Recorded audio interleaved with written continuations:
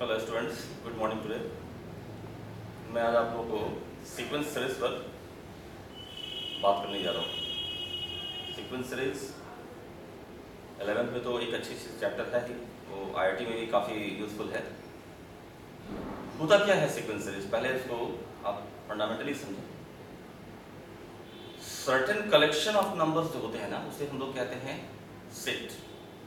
अब कोई भी नंबर ले लो, वेरिएबल्स ABCD XYZ के फॉर्म में या नंबर्स के फॉर्म में, तो collection of certain object certain numbers, उसको हम लोग कहते हैं सेट। और जब कोई सेट एक ऑर्डर्ड फॉर्म में आएगा, या उसको आप ऐसे कह सकते हैं कलेक्शन ऑफ नंबर्स एक है ना, arranged according to a definite rule. Definite rule कहने का मतलब कि कोई एक लॉ होगा, कोई मैथमेटिकल टर्मिनोलॉजी होगी, उस टर्म में आप वैल्यू डालकर आप एक सीरीज ऑब्टेन कर पाते हैं। उसमें आप बता पाते हैं कि किसी पर्टिकुलर प्लेस पर कौन सा नंबर आएगा, उसको हम लोग कहते हैं सीक्वेंस। ठीक है, जैसे मान लो 1, 5, 9, 13, इसमें हम बता पाएंगे कि किस पोजीशन पे कौन से नंबर आ रहे हैं। ठीक है ना, तो कहते हैं कि when numbers are arranged according to a definite rule we get a sequence. ठीक है, और सीक्वेंस में जो टर्म्स होते हैं, जब उनके बीच प्लस का साइन डाल दिया जाता है, तो कहते हैं कि वो एक सीरीज फॉर्म करता है। ठीक है, तो बहुत तरह के सीरीज होते हैं। नंबर ऑफ सीरीज जो है वो इनफाइनाइट टाइप का, एक दो टाइप का नहीं है। लेकिन जो हम लोग पढ़ते हैं 11th के सिलेबस में, उसमें 3 मेन सीरीज हैं। एक का नाम है अरिथमेटिक प्रोग्रेशन, अरिथमेटिक सीरीज, दूसरा ज्योमेट्रिक प्रोग्रेशन और तीसरा हार्मोनिक प्रोग्रेशन।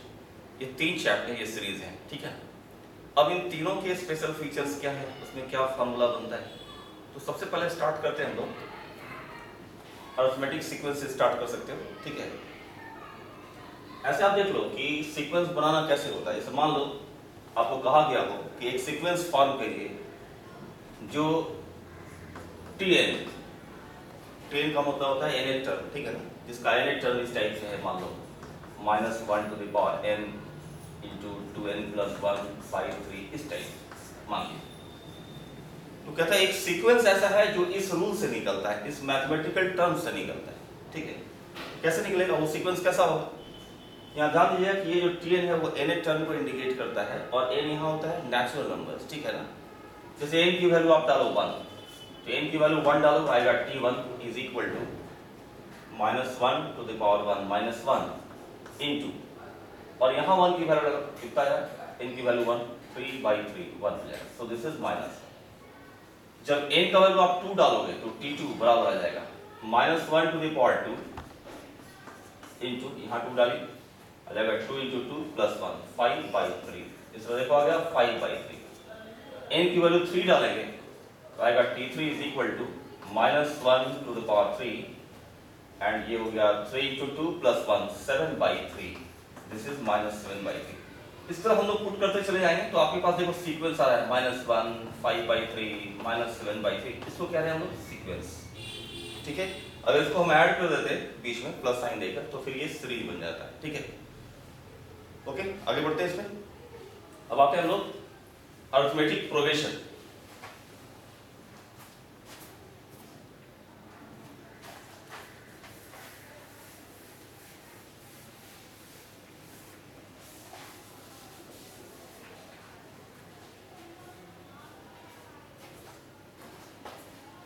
तो देखिए एपी में क्या होता है, इसको हम लोग कहते हैं अरिथमेटिक प्रोग्रेशन।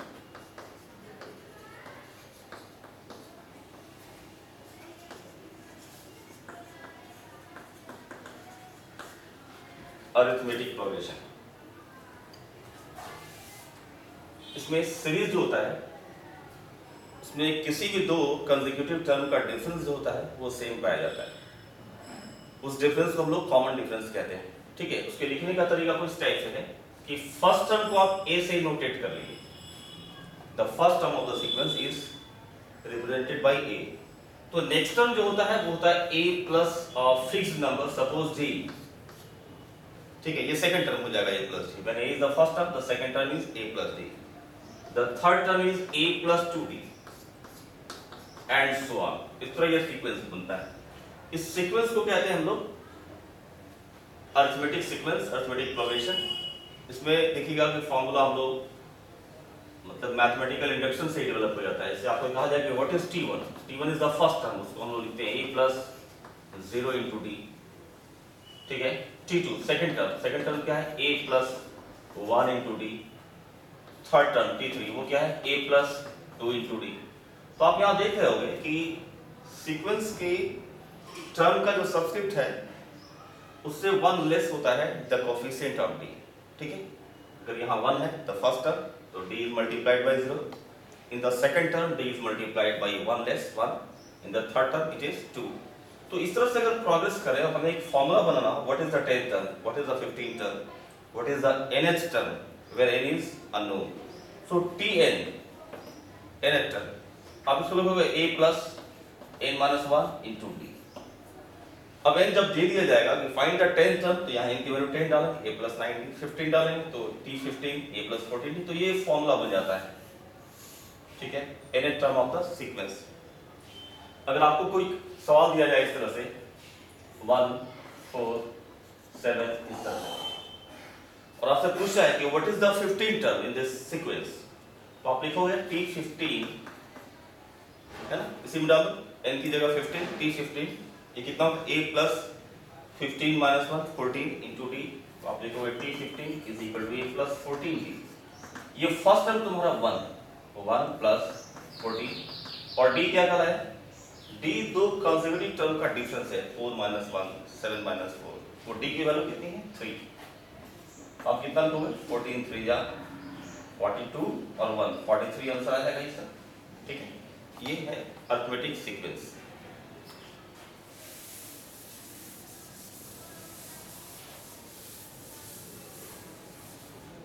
नेक्स्ट हमारे पास है इसके थ्योरी, फिर छोटे छोटे एग्जाम्पल्स भी मैं दे दूंगा इसमें, ठीक है। जैसे मान लीजिए कि सम निकालना पॉसिबल है या नहीं।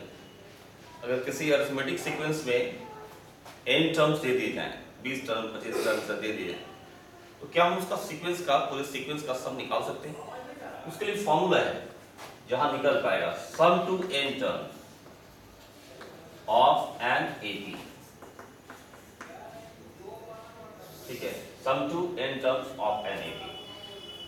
तो इसको आप इस तरह लिखोगे जैसे कि s बराबर a plus d plus a plus 2d, इस तरह से।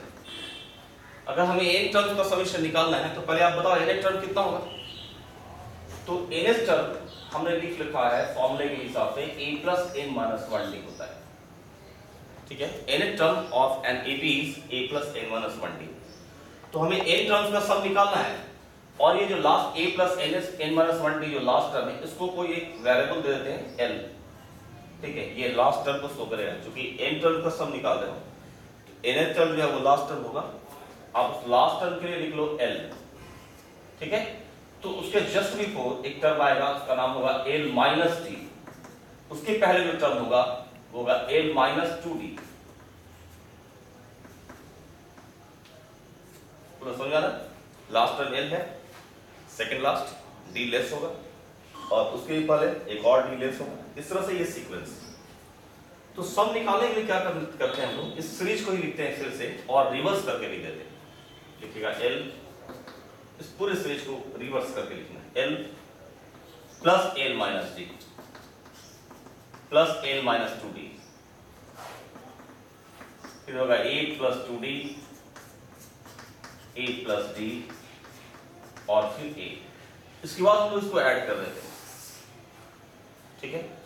इससे एक मैसेज भी आएगा, पहले ऐड कर लेते हैं हम लोग, फिर मैसेज पर आएंगे। 2s इज इक्वल टू, ये हुआ फर्स्ट टर्म और ये हुआ last term a plus l, ये हुआ सेकंड टर्म और ये हुआ सेकंड लास्ट टर्म, ये हुआ a प्लस l, ये हुआ थर्ड टर्म और third last term a plus.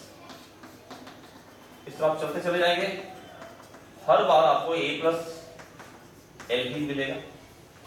तो इस सीरीज में लास्ट में एडिशन के बाद जो सीरीज मिली है उससे एक मैसेज ये मिला आपको कि AP का जो फर्स्ट टर्म है और लास्ट टर्म दोनों का सम a प्लस l हुआ, second term a plus d, second last l minus d, उसको भी ऐड कर देते हैं, a प्लस l आता है। Third term a plus 2d, third last l minus 2d, जोड़ते हैं तो a प्लस l आता है। तो in an AP sequence beginning से जो आप आर एफ टर्म लेते हो और एंड से जो आर एफ टर्म लेते हो उसका सम जो है वो ऑलवेज क्या होता है, फर्स्ट प्लस लास्ट के बराबर होता है। ठीक है, ये एक इंपॉर्टेंट मैसेज है, कई बार सवाल बनाने में हेल्प करेगा।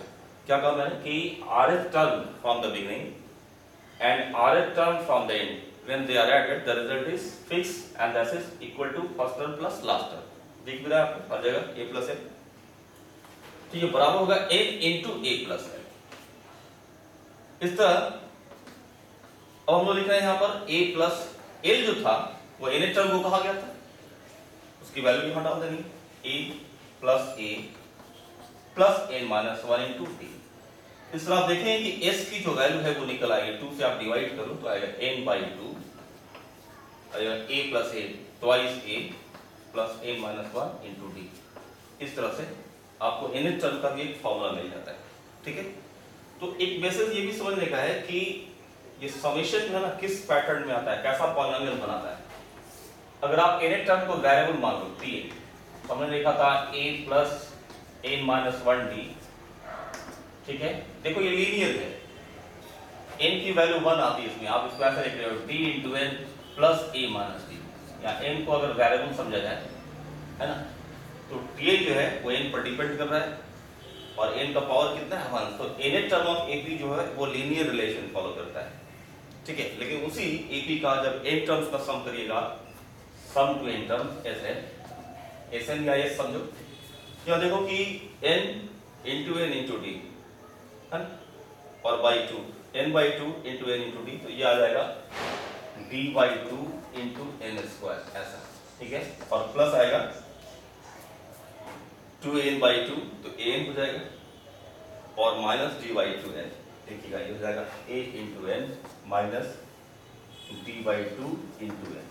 ठीक है, इसमें अगर आप n कॉमन लेंगे तो सेकंड टर्म जो है वो इस टाइप से आ रहा है a by two into n square plus a minus d by two into n. तो n टर्म्स का जो समीशन हो रहा है वो क्वाड्रेटिक नेचर का है और nth टर्म जो है वो लीनियर नेचर का है।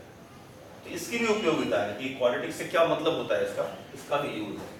वो यूज मैं एक छोटे से एग्जांपल में दिखा देता हूँ।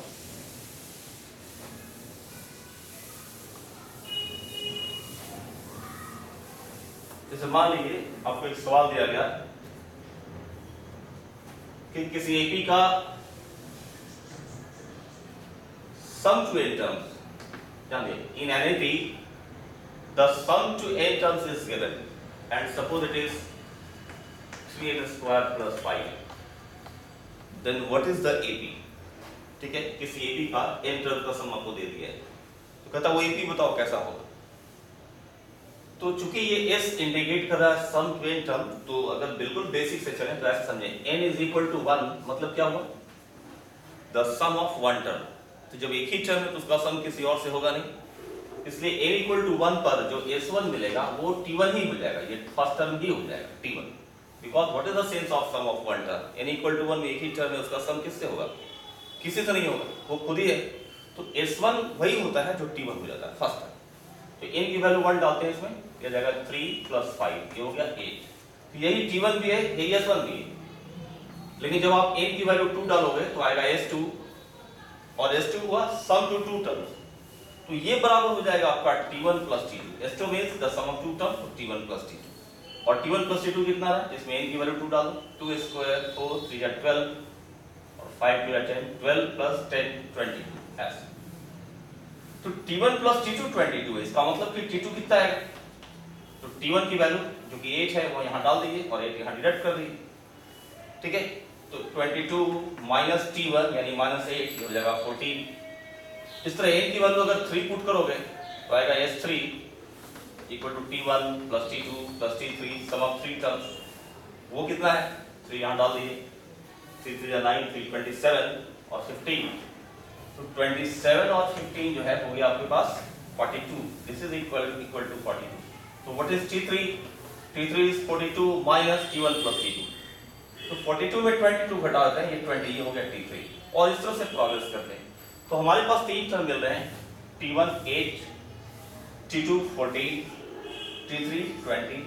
तो AP जो सीक्वेंस मिलेगा वो इस तरह मिल रहा है। What is the AP sequence, the sequence AP is 8 14 20 इस तरह सीक्वेंस मिल रहा है। देखो तो फर्स्ट टर्म 8 हो गया, कॉमन डिफरेंस कितना गया 14 माइनस 8 6, फिर 20 माइनस 14 6, ये AP हुआ। ठीक है, ये थोड़ा टाइम टेकिंग प्रोसेस होगा और फास्ट करना है तो इसका एक तरीका वही है, डायरेक्ट कंपेयर करना पड़ता है इसको।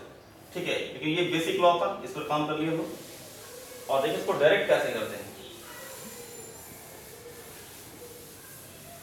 डायरेक्ट करने का तरीका इसका है कि सम टू इन टर्म्स दिया हुआ है तो इसको इस टर्म को डायरेक्टली यहां से कंपेयर ही कर दीजिए आप। तो आप क्या पाओगे कि n स्क्वायर की कोएफिशिएंट 3 है और वहां n स्क्वायर कोएफिशिएंट है d/2, तो 3 इक्वल टू d/2। आपको डायरेक्ट एक बार में d6 मिल गया। उसके बाद है n की कोएफिशिएंट 5 और यहां पर n की कोएफिशिएंट है a minus d/2, so 5 is equal to a minus d/2, so that a is equal to 5 plus d/2 यानी 8। तो फर्स्ट टर्म हमारे पास है 8, कॉमन डिफरेंस 6 यानी 6 नेक्स्ट टर्म जो होगा उसमें 6 ऐड करना होगा, तो 8 प्लस 6 यानी 14, फिर 8 प्लस 2 टाइम 3 यानी 20। इस तरह से AP मिल जाए। तो ये डायरेक्ट कंपैरिजन में बहुत यूजफुल रोल प्ले करता है। उम्मीद करूं आप समझ रहे होंगे इसको। ठीक है,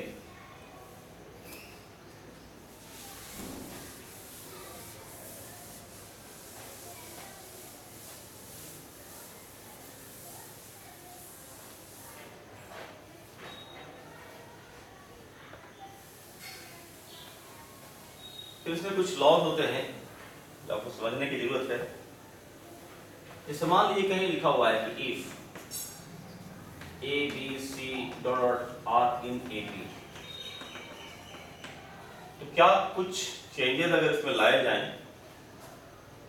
सर्टेन मैथमेटिकल चेंजेस इसमें दिए जाएं, तो उसके बाद जो रिजल्ट्स आएंगे क्या वो भी AP में होंगे, या होंगे तो कब होंगे, नहीं होंगे तो कब नहीं होंगे। तो उसमें भी कुछ बेसिक चीजें हैं ध्यान में रखने की। जैसे मान लीजिए कि आप हर एक में एक नंबर k ऐड करते हो, a plus k, b plus k, c plus, या सब्ट्रैक्ट करते हो। ठीक है, ये नंबर भी हो सकता है और ये कोई अलजेब्रिक एक्सप्रेशन है ना, कोई भी वेरिएबल एक्सप्रेशन भी हो सकता है, अलजेब्रिक की जरूरी नहीं है, कुछ भी। So when a variable term, same variable term is added to each term of AP और a number is added to each term of AP और same number same term is subtracted to AP each term of AP, जो resulting series बनती है ना, they are also in AP। और interesting चीज क्या है कि कॉमन डिफरेंस भी आप डिफरेंट ये चेंज नहीं करते। यहाँ कॉमन डिफरेंस होगा b माइनस a, यहाँ भी आप डिडक्ट करोगे, डिफरेंस निकालोगे तो common difference d minus a ही आएगी, चेंज नहीं आएगा। ठीक है, ठीक है। अगर सेपरेटली लिखना चाहो तो आप अलग से लिख सकते हो, a minus k, b minus k, c minus k, ये भी AP में होगा। लेकिन मैं एडिशन को ही सब्ट्रैक्शन समझ ले रहा हूँ, क्योंकि अगर ये नेगेटिव हुआ तो सब्ट्रैक्शन का काम कर जाएगा, कॉमन डिफरेंस भी वही रहेगा। ठीक है, जब आप मल्टीप्लाई करते हो, मान लो कोई नंबर k हमने मल्टीप्लाई किया या कोई वेरिएबल टर्म k मल्टीप्लाई किया, तो टर्म्स ऐसे हो जाएंगे ka, kb, kc dot dot, ये भी AP में। लेकिन यहाँ जो कॉमन डिफरेंस अब जो बनेगी वो चेंज कर जाएगी, रहेगा AP। This resulting sequence is AP sequence undoubtedly, but the difference is, common difference is now k times b minus. अगर आप डिवाइड करते हैं a by k, b by k, c by k in this way, so again the resulting series is AP, but the common difference is now d by k, right? तो addition, subtraction, multiplication and division, ये चार जो process है, अगर ये use की जाते हैं किसी भी AP में, तो रिजल्टिंग जो सीरीज बनती है वो AP ही बनती है। लेकिन अगर आप पावर चेंज करोगे, जैसे a है, कर दिया आपने a square, b square, c square, तो फिर ये AP में नहीं होती। पावर चेंज की, जैसे root a, root b, root c, power आप चेंज करोगे वो AP में नहीं रहेगा, नॉट इन AP। ठीक है, कभी कभी ऐसा होता है कि दो डिफरेंट AP को हम ऐड कर सकते हैं।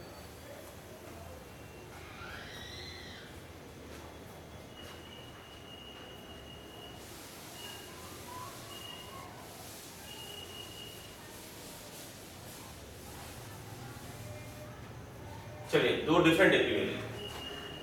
Suppose A1, A2, A3 is an AP with common difference D1, A2, B2, C2 dot, ये भी AP है लेकिन कॉमन डिफरेंस इसमें है D। ठीक है, अब इनको आपस में ऐड सब्ट्रैक्ट करें तो कुछ होता है क्या? तो A1 plus A2 B1 plus B2।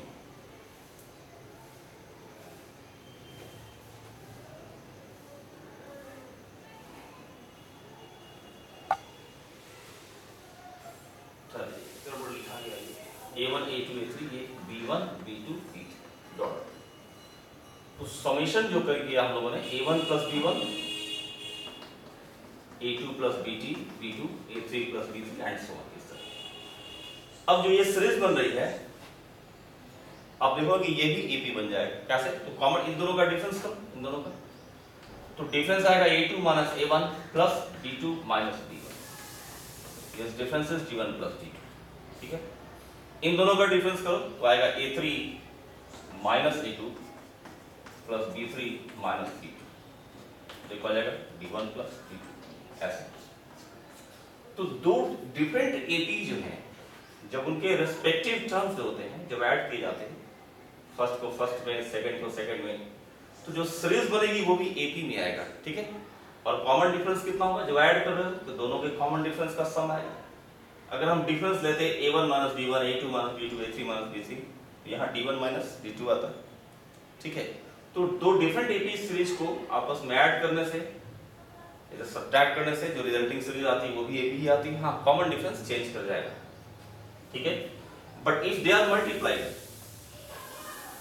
ठीक है, जैसे आपसे कहा जाए कि A1 into B1, A2 into B2, ठीक है, A3 इंटू B3, क्या ये AP में आएगा?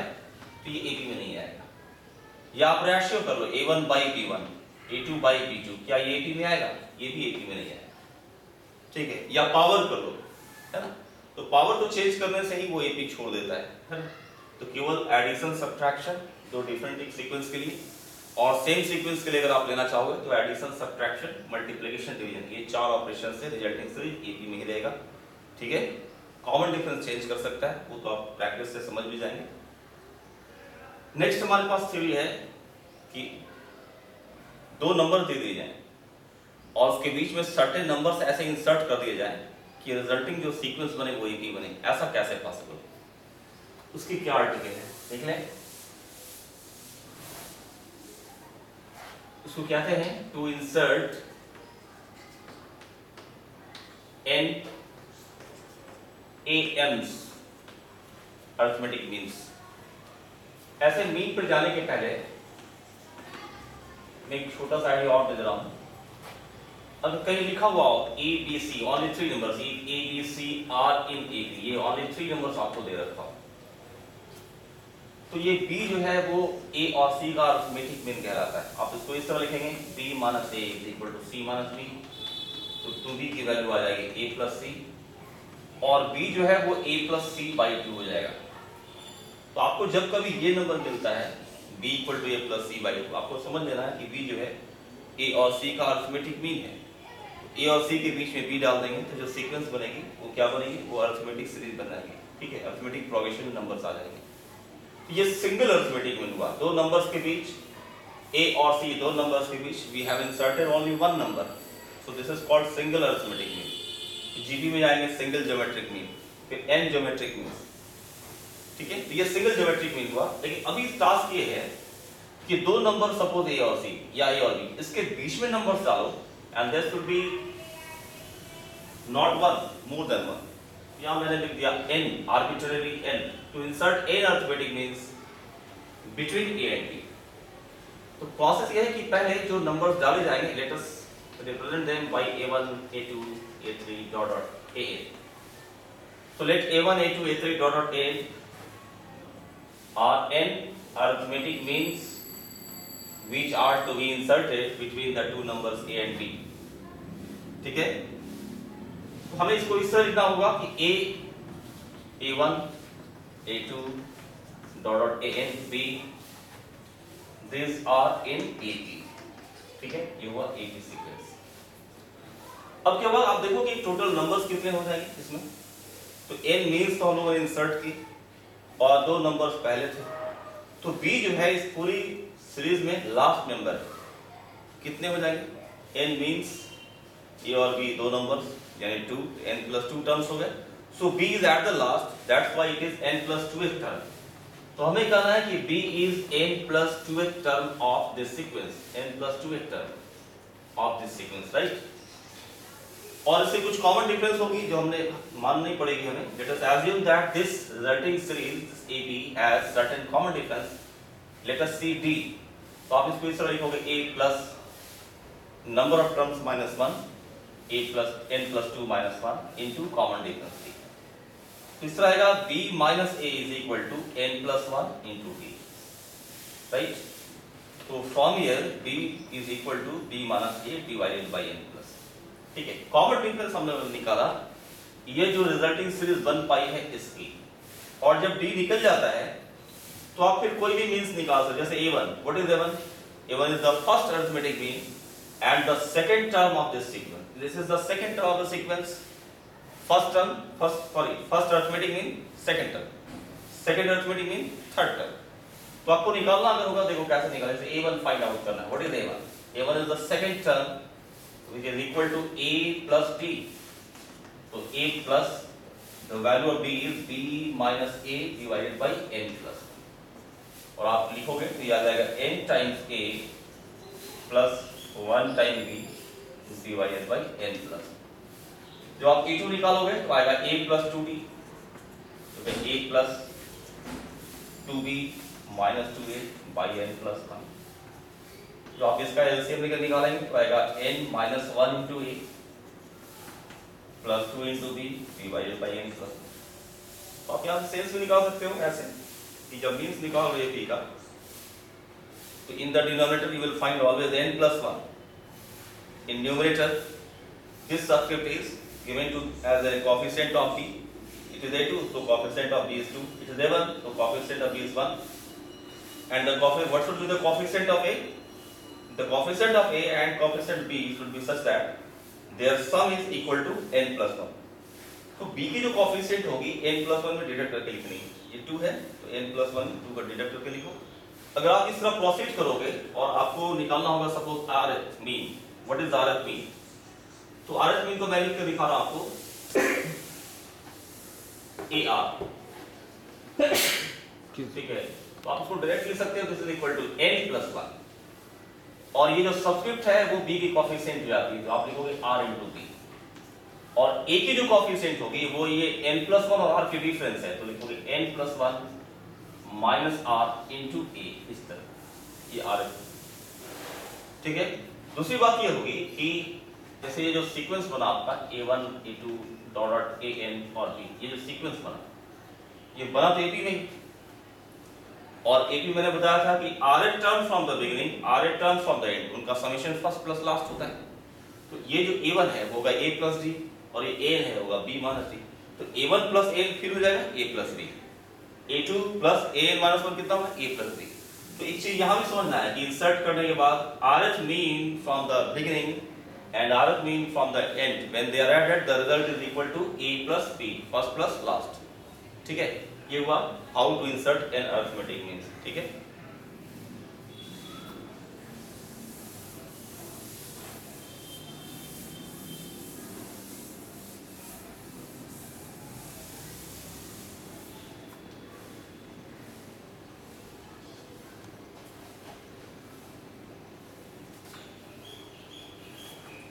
अब मैं ऐसा कर रहा हूं कि एपी के 3 फॉर्मूले आपके सामने आ रहे हैं। We got 3 different formulas, n terms, sum to n terms, and how to insert n arithmetic means। तो एक एक क्वेश्चन मैं कर दे रहा हूँ इस पर, just basic to clear the basics, और सिंपल क्वेश्चन, हार्ड लेवल के क्वेश्चन नहीं कराऊंगा इसमें। कहता है if pth term of an AP is q and the qth term is p, then find the rth term, ठीक है, then find the rth term। तो आप ऐसा करो कि जिस AP का pth टर्म q है, उस AP का फर्स्ट टर्म हम लोग एज्यूम कर लेते हैं, let the first term is a and the common difference is g, ठीक है। तो pth टर्म लिखा हुआ है, nth टर्म का फॉर्मूला मैंने बताया था, it is a plus n minus 1d। तो आप लिखोगे pth term Tp is equal to q। ठीक है, तो pth टर्म q है, ये बराबर हो गया a plus p minus 1 into d, it is q। This is the first relation. Second दिया हुआ है the qth term is p, तो tq is equal to p and it is a plus q minus 1d is equal to p. This is the second equation. We have two unknown quantities a and d, first term and common difference. So we should find out. अब क्या करो कि equation from the equation 1 deduct the second equation. Deduct करो ऐसे, a cancel हो जाएगा, आप यहाँ d कॉमन लोगे, ये p minus q हो जाएगा, minus 1 कट जाएगा, p minus q into d is equal to q minus q. Cancellation से ये d बराबर आ जाएगा -1, और जब d की वैल्यू -1 यहाँ पुट करेंगे फ्रॉम 1 और 2, तो आप किसी भी इक्वेशन में आप सब्स्टिट्यूट कर लो द वैल्यू ऑफ d। तो अगर a plus p -1 into -1, this is q, so we can find a is equal to q plus p -1। This is the first. जब a निकल जाएगी और d निकल जाएगी तो आपके पास r एक टर्म निकालना है। व्हाट इज r एक term? tr is a plus r minus 1 into d। ठीक है ना, तो आपको क्या करना है, a की जगह ये पुट कर देना है कि q plus p minus 1 substitute here, and d की वैल्यू -1 यहां डाल देनी, दूसरा जाएगी। ठीक है,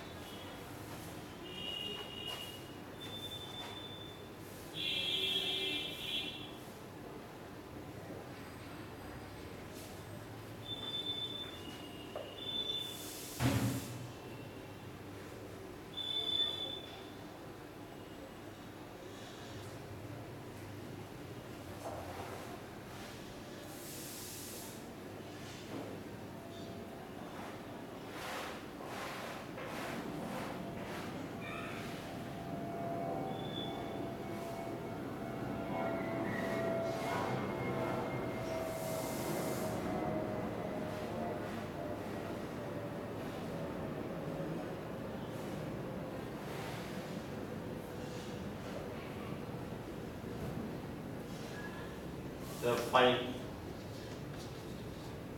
the sum s is equal to 2 plus 5 plus 8 dot 2 n terms। a की वैल्यू कितनी है? 2, और कॉमन डिफरेंस कितना है? 5 minus 2, so this is the common difference। Some 2 n terms। अब चलो एक टर्म भी नहीं, मैं n की जगह देता हूँ अप टू, कुछ ले लो sum up to 20 term, to 20 term. तो ये n जो है वो 20 हो गया, और सम टू n टर्म्स का फॉर्मूला आपके पास है n/2 into twice a plus n-1 into d, ये फॉर्मूला है आपके पास। n की वैल्यू दे दी गई है 20, तो यह 20/2, 2 इंटू a का वैल्यू है 2 प्लस n-1 यानी 19, और d का वैल्यू है 3, तो यह 10 इंटू 19 इंटू 3 57, और plus 4 61, this is equal to 610। इतने सिंपल क्वेश्चंस एग्जाम में आते नहीं, ये केवल बस फॉर्मूला जो यूज कर रहे हो उसको समझने के लिए, और कुछ नहीं है। ठीक है, क्वेश्चंस पर डिटेल में बाद में बात करेंगे हम लोग।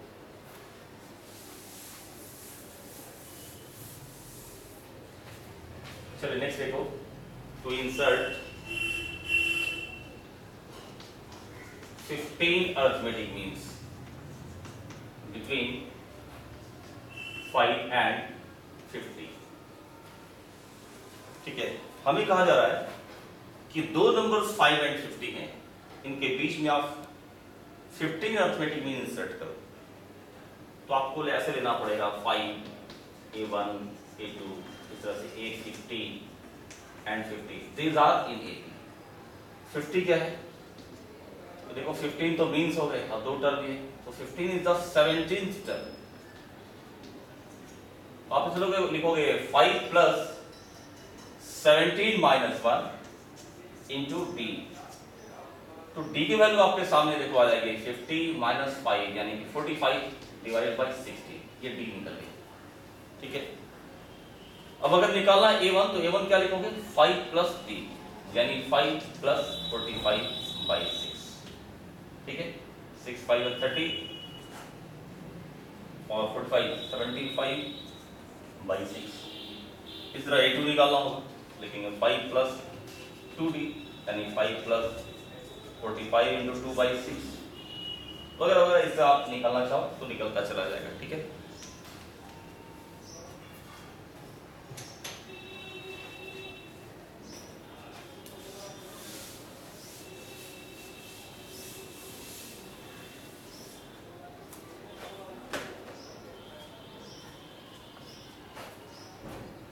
सेकेंड थ्योरी हमारे पास ये थी, थ्योरी अरिथमेटिक सीक्वेंस की। सेकेंड थ्योरी हमारे पास है